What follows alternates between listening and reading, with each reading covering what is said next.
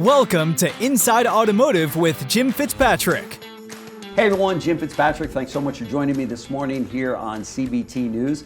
The profit opportunities inside today's dealerships are endless, and many of them are hiding in plain sight, just waiting to be discovered. Joining us today to help uncover them is one of the world's foremost business growth strategists, Mr. Jay Abraham. Business leader, top executive coach, and founder and CEO of the Abraham Group. Jay has spent his career helping business owners and corporations uncover untapped potential and multiply their results. Mr. Abraham, thank you so much for joining us once again on CBT you. News. Privilege. It's a privilege on my part. Thank you. Absolutely. So for those business owners out there, I should say those dealers out there that are watching us today, maybe they missed our first broadcast with you, remind us and tell us a little bit about your background. Okay, it's interesting, certainly. So I have had the very good fortune of working in over 1,000 industries, not businesses. And I've been able to uncover and identify the differences in each one that really can be universally applied to any kind of business. I've taken strategic thinking, marketing, distribution channel thinking, optimization, maximization, preeminence, raising your stature in your market to the most trusted advisor, the only source people turn to, partnering, reclamation, monetizing sunk cost investments. And I've been able to take insight that has come from working on the front lines of capitalism on a worldwide basis, because we've generated estimated about $75 billion of profit increases for clients around the world. But I've been able to understand drivers of businesses that outperform what most people in one business or industry do over and over again. Most people follow the herd, not because it's the highest, the best, the safest, the most profitable, not just profitable on the front end, but profitable over time on yield. And I've been able to take very, very, very translatable methodology, tactics, strategies, and apply them, adapt them, and adopt them to all kinds of different industries on a worldwide basis. Yeah, and we've talked about this before many times about the automotive industry and its uniqueness in the marketplace. Yes. And the unique opportunities that it has that dealers seem to focus on day after day. Many of them, and I know I was in the industry for 25 years before jumping into the media business, and we had a tendency to have these blinders on. We would look at the same KPIs every day, wonder how do we make them better, what opportunities lie out there. But you've got a unique way to come in and a talent to come in and say, well, there's more to look at than just these KPIs, right? Yeah, absolutely. So I gave birth a couple of years ago to what I call OPIs, the overlooked performance indicators that nobody, including none of your competitors, look at. These are, so your KPIs might be 5, 10, 12, dependent. I'm sure they're different for each department or each revenue or business unit in a dealership. But in between, there are leverage points, drivers, overlooked performance indicators that can be dramatically improved. And almost all the improvements, they cost nothing. There's no risk, no investment. They're just getting more yield out of what is happening. And you and I have talked offline about me being a master of, and this is clinical, not arrogant, of working on the geometry of a business. Yeah. We've shown that if you just increase 3 or 4 categories of a business by 10% across the board, it's not 10%, it's 33 1/3% increase in revenue, and it could be massive increase in profit. Well, when you understand that there might be 20 or 30 overlooked performance indicators that are leverage points, upside leverage points that can produce more combined, I call it multiplicative, multipliers that are coming together, yield for the same effort, same time, same prospect, up, buyer. Same marketing budget. Yep, same marketing budget, same sales force, same database, same interaction in the service, in the parts. Sure. When you realize that's possible, you owe it to yourself, your dealership, your salespeople, your net worth to really understand how much more is possible. when I started out, we talked about hidden assets that no one sees, not just tangible, but intangible, overlooked profit opportunities, they're in plain sight, undervalued resources and relationships, and underperforming revenue activities. Now, underperforming is a very relative concept, Jim. When you've seen as many higher performing approaches, strategies, tactics, alternative and replacement methodologies as I have, just because you're doing well or even exceeding your industry averages, you can be successfully stuck and not know it by accepting a fraction of the yield that the opportunity, the effort, the money, everything could be delivering. And I've dedicated a very long career to helping people not do that. Right. And with dealers today, there's obviously 5 or 6 different profit centers and departments in a dealership. So it's probably safe to assume every dealership is bleeding these profits every day by missing opportunities. Yeah. That total, could total millions of dollars for the dealer at the end of the year if done right. Yeah, no, absolutely. And the more I look at what I call critical mass, velocity in motion, what's going on, and you've got a lot of transactions going on. You've got a lot of phone calls coming in. You got a lot of people visiting your website. You got a lot of people that are buying, not buying. You got a lot of people that are bringing their cars in. You got all this dynamism, and most people set up a system, and the system performs, and it makes money. And as long as the money it makes is at or above whatever their target is, they're pretty happy. Right. But see, I come from a world where, maybe if I give you a little more of my background. So I started out in a very disciplined industry, direct response marketing. This is very early. And we looked at variability, how you do something one way, it produces X. You can do it another, it can be 2X, 3X, 5X today, and many X's tomorrow. You can change, the beginning of an ad, no more space, no more expense, and it can double, triple response, or it can get you, depends on your goal, a higher quality lead, a more higher converted lead, somebody who's going to spend more, and you have that kind of control.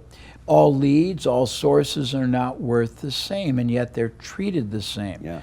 We learned about what's called allowable acquisition costs. Most, I think, dealerships come up with one of two kinds of a marketing allocation. It's either a percentage of last month's sales or last quarter, or it's just an arbitrary 50,000, 100,000. Well, both of those are either spending too much or spending too little, and spending is literally speculating. Investing is utilizing capital for a highly predictable return that you know what you're after. But since all leads aren't worth the same, all types, all sources aren't worth the same, if you spend the same amount for everybody, it's very inefficient because one category of lead might be, might gross you $10,000 profit. Another might be $1,000. But if you're allocating the same amount for all of them, it makes no sense. Right. I look at what you're doing in each category of your business, why you're doing it, how you're doing it, and most importantly, how it is doing. Right. And I interrogate in a very benevolent way to find underperformance, and underperformance is only recognized when you compare it to what is possible. I mean, if you look at performance compared to what everyone else does, because they pretty much do it the same way, that is an erroneous judgmental criteria, because when you come from a world like I have, where you've looked at 1,000 industries and you've seen how many different ways people can target an audience, how many different ways they can attract people, how many different ways they can dominate positioning, how many different ways they can convert a prospect to a buyer, how many different ways they can upgrade a single buyer to far more product services, how many ways you can keep them in the loop and bring them back. We have 125 ways, as an example, for generating high quality, high convertive, high profitable referrals, none of them cost anything, and yet most businesses, and I would imagine dealerships, they're probably the default is saying, hey, we'll give you $200 if you refer anybody. Well, that's the least yielding. Yeah. And almost none of them have a formal, systemized referral generating process, even though a referral generated buyer, first of all, is the ultimate. That's right. They negotiate less, That's right. they buy sooner, they buy more, they're more enjoyable to deal with. Better reviews. Better reviews. Higher CSI scores. It's right. They cost you nothing and they refer more people. And Right. yet most people don't even understand. You have 125 ways you could get more of them. Right. And yet you're spending all your money, spending and speculating on people that are going to be very, very, Right. they're going to be like conquest that. buyer. And Yeah. you're going to have to work so much harder. And the yield you're going to get is so much less. Right. But it's just, I'm very super logical. And I look at everything. I mean, you know of a couple of the dealers I've helped. Yeah, of course, Brian Benstock. I've being helped one Brian of them. Benstock, there's and one was probably in the service, nobody but out we there in also- the industry that doesn't know Brian Benstock. Yeah, I mean, 20, 30 years ago, he attended a very expensive program, and I said, I understand why more dealers don't see that in service you have two dynamics. Dynamic one is you got a car that's in amazing condition for its vintage. Yeah. So you can, and you've got a psychology where half the people all the time, we were talking about it, they want to get a new car, not because there's anything wrong with it, it's just they want a new car. That's right. But taking action needs to be stimulated. So if you're in service, you got a great car, person sitting here, you can say, look, that car is so much better than the average. I can give you an enormously generous credit for it, trade-in. Then you have a car that's a nightmare, and you can basically intervene there and say, you don't have to pay it. We will basically give you far more than it's probably worth to trade out, and we can keep your payment the same. And that was like 20 years ago. He did it. Many people wouldn't do it. Right. He did pickup and delivery, and he realized that if you did it free, it was going to motivate a lot more people than charging. That's right. And they were going to, since they didn't have to wait for it, they were going to be very comfortable doing 2-3 times the repairs and service they normally would. That's right. And it was very much more profitable. I had one dealer I helped, and he never looked at the variation. I look at variation all the time. Let me stop. A little ADD, so bear with me. So the way you greet somebody at the front door of a business, and I need to apply it to dealership, can have all the differential in what happens in that sales situation. We have tested 33 different ways of greeting somebody at the front door of a very large furniture group that had, they spent tons of money driving leads in, and we found one phrase that tripled conversion. Same amount of traffic, same amount of ad spend, same amount of buyers. As simple as that. Yeah, but if you don't test, I come from the world where you don't assume anything. Assumption is a kiss of profit death because you're accepting underperformance. Back at what I've done, one time we had a dealership that had never looked at performance variance in their F&I department. Turns out they had two. One was basically doing all weekday, the other was doing evening and Saturdays. Mm-hmm. The evening and Saturday one was averaging, I think, like $2,500 gross profit. The day one was 18, but the day one was getting 65% of the deals just by changing their schedule. Yeah. We brought 200,000 plus to the bottom line a month. Wow. But it's looking at different things. I got one person a few years ago to look at the incongruity of of democratizing the selling situation. So if I'm the first person walking in to buy and you're the first salesperson to get that up, you get it. And if I'm trying to buy a truck and you're really good at selling luxury versions, you'll probably not optimize that transaction. Right. If the next person wants to buy a truck, but it gets to the person who's good at first-time buyers, you're not going to optimize that transaction. Right. But it's very democratic, but the dealership loses opportunity cost and profitability. We got somebody to do first of all, recognize if you don't analyze where your salespeople are the best at, then you can't optimize the allocation of the resource called, the very valuable resource called a lead or an up. Yeah. But when you know that this person is much better at an application than another, and no salesperson anywhere is omnipotent. They don't possess total ability to everything, but somebody's going to be better, and it can be many times better at a certain scenario. So if you know that you're better at trucks and you can basically do a tremendously fully loaded truck and you can sell it all day long for full margin, and this person would never be able to do that, but you don't get all the truck buyers, that makes no sense. So we would have a concierge who would figure out what somebody is there for and feed them to the right, most appropriate, optimal salesperson. Does that make sense? It does. It does. Yeah, I mean, and when I see the communications that most dealers send out intermittently, because you have this massive investment in a I call it a client, a long-time potential reservoir of profitability that can keep coming back over and over again. Right. And I'm going to throw a lot of disparate perspectives. This comes back to a philosophy I have that most business owners, and I would ascribe that perhaps to dealers, they are 2D thinkers instead of 3D thinkers. Mm-hmm. And I'll give you what a 2D differential is. A 2D thinker looks at revenue minus expense equals profit. It's a static perspective. Right.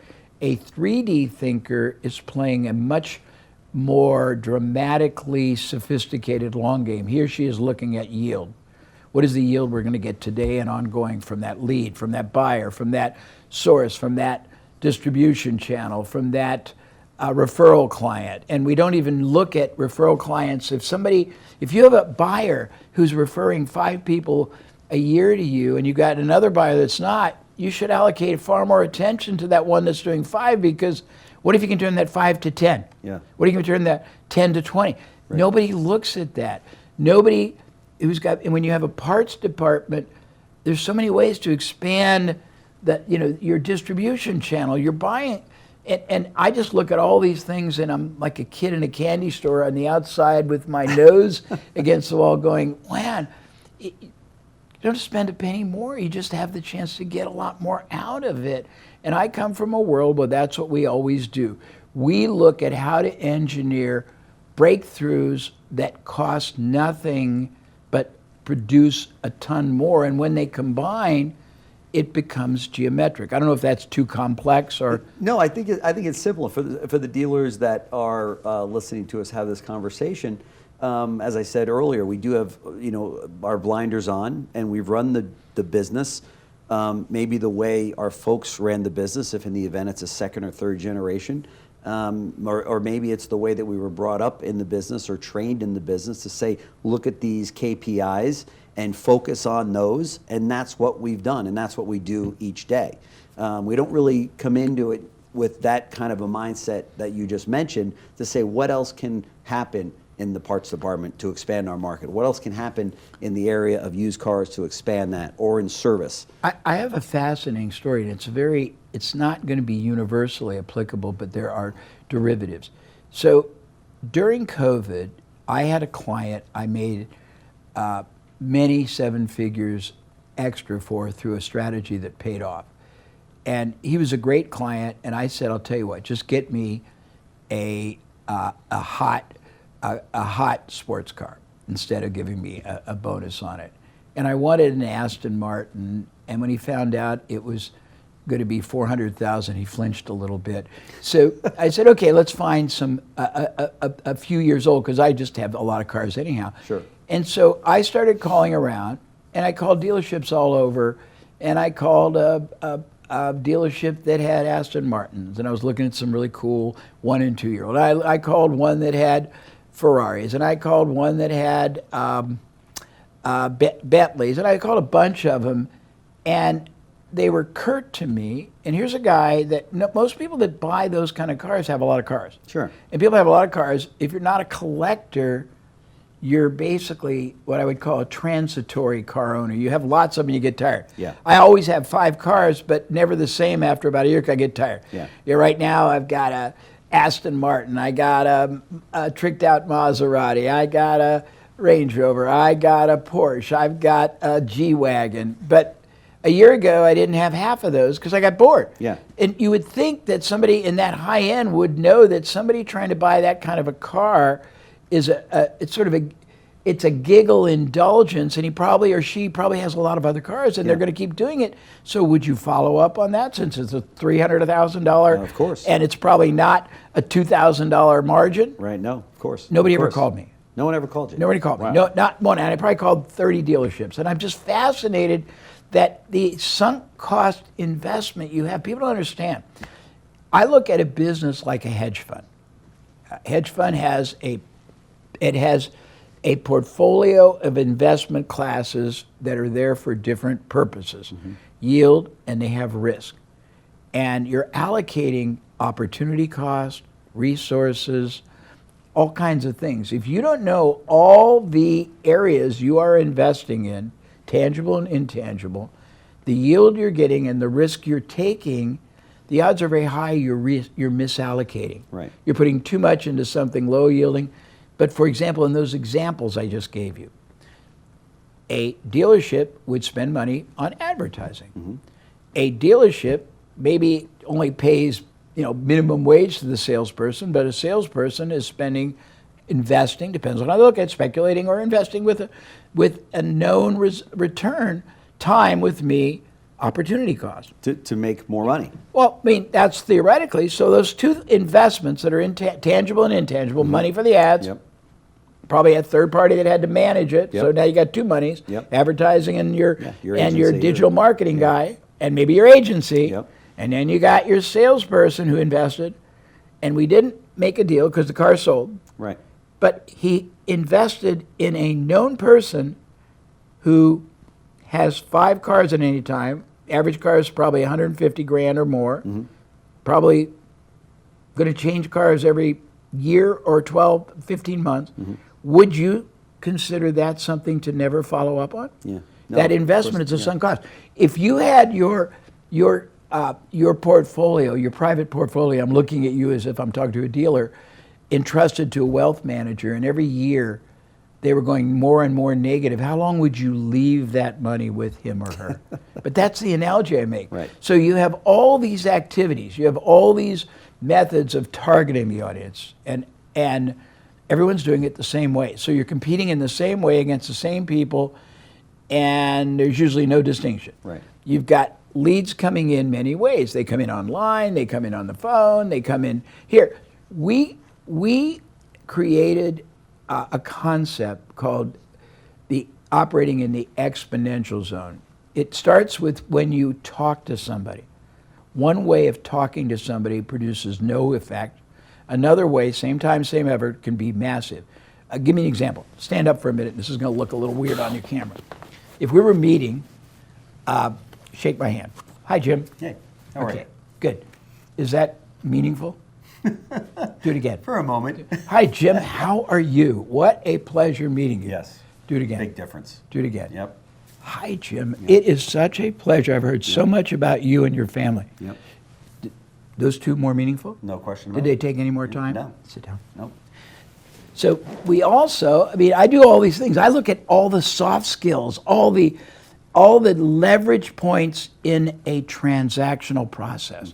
And nobody looks at that, but I came from an industry that studied that massively. And they found out that you might have 8, 10, 12 levers in a transactional business that nobody looks at, and each one can be increased by either incremental or sometimes by orders of magnitude for no more cost, no more investment, and it all just pretty much comes to the bottom line. Right. But there's soft skills. People think that their sales force is totally trustworthy, and they teach them in automotive probably selling. But Stephen M.R. Covey, as an example, he is the world authority on trust building, has identified 13 characteristics, Jim, of unbreakable trust that if you as a leader, if your managers, but more importantly from the consumer facing, if your salespeople manifest these, he's seen, he's tracked, you'll get a 300% increase in things like engagement, 300% in openness, 300% in shortening the sales cycle, 300% increase in potential margin. If you're a public company, a 300% increase against your competitors in your stock price. And yet nobody tries to teach that, and they all think, oh yeah, we're very trustworthy. There's a person named Roger Love who teaches what I call strategic communication, how you are heard. Tonality, cadence, enunciation, pausing.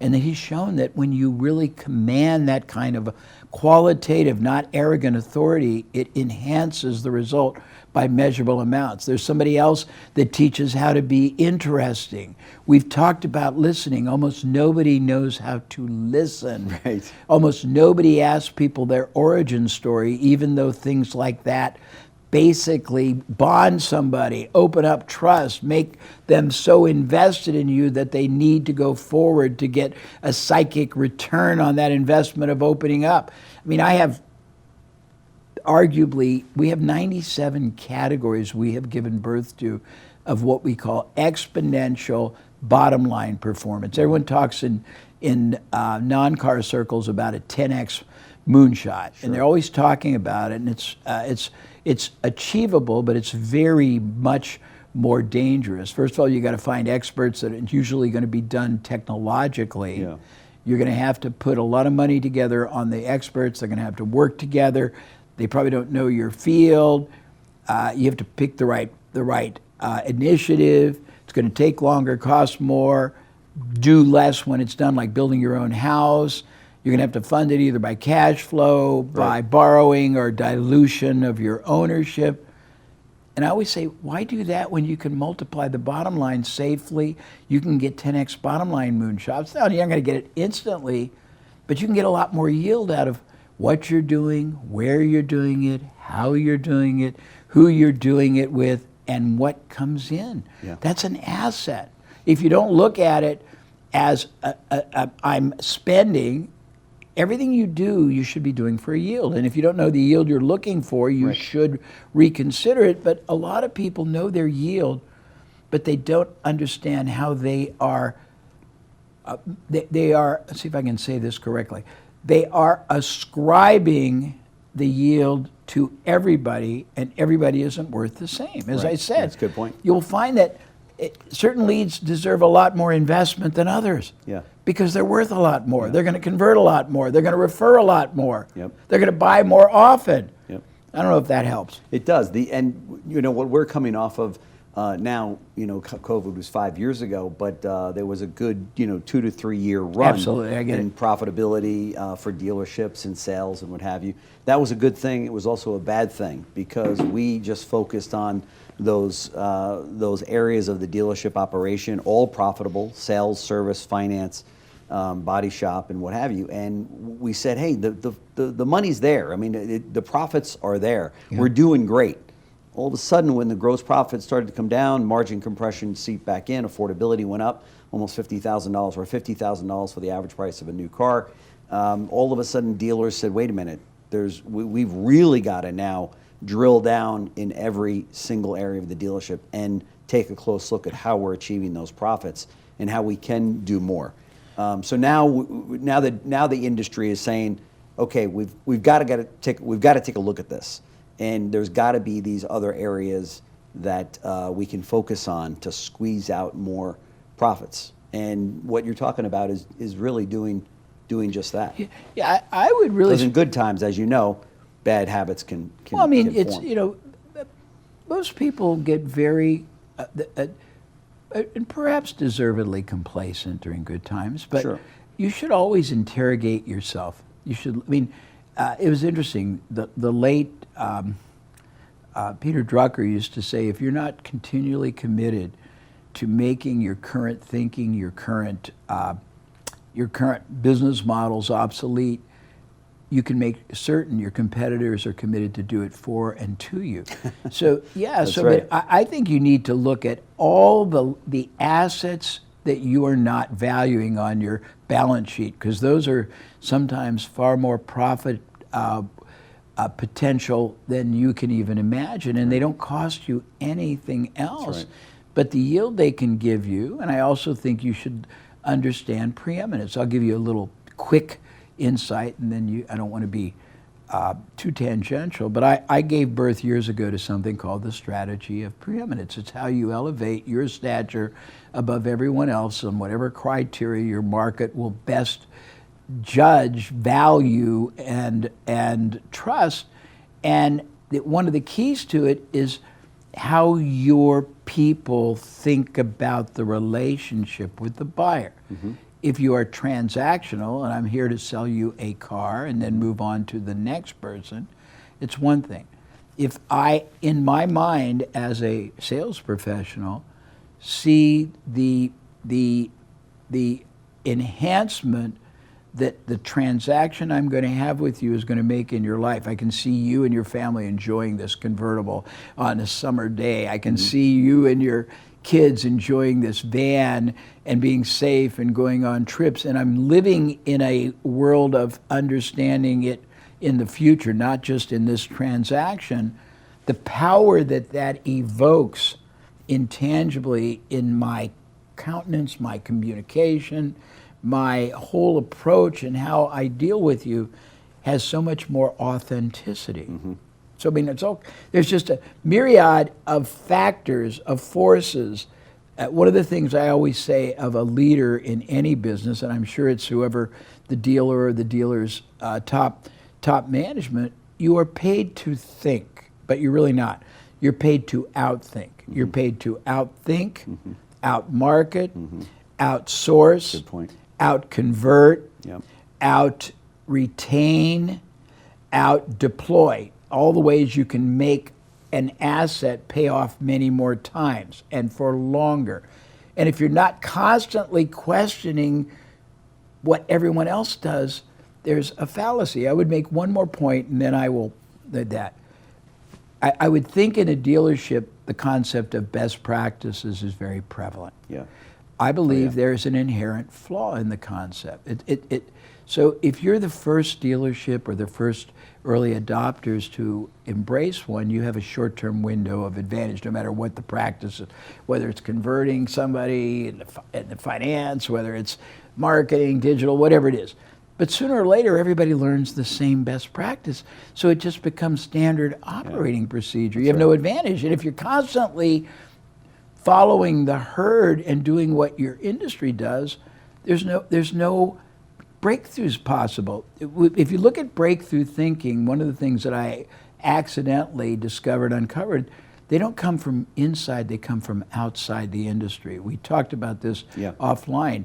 Fiber optics didn't come, it changed telecommunication, but didn't come from telecommunication. It came from aerospace and was borrowed. FedEx created a whole new industry by borrowing the hub and spoke check clearing system the Federal Reserve Bank uses to clear checks so people don't bounce them. Ballpoint pen or roll-on deodorant came from one another. Rogaine came from pimple medicine, Viagra from heart medicine. The most successful baby buggy in the country, $500 million from collapsible airplane. So I created years ago something called funnel vision versus tunnel vision. Mm-hmm. It's borrowing success approaches from outside an industry when none of your competitors are even aware of it. Mm-hmm. Anyhow. What one piece of advice would you leave with the dealer community today as we end 2026 or 2025, we go into 2026? If I was a dealer sitting here today, what one piece of advice would you give them to focus on?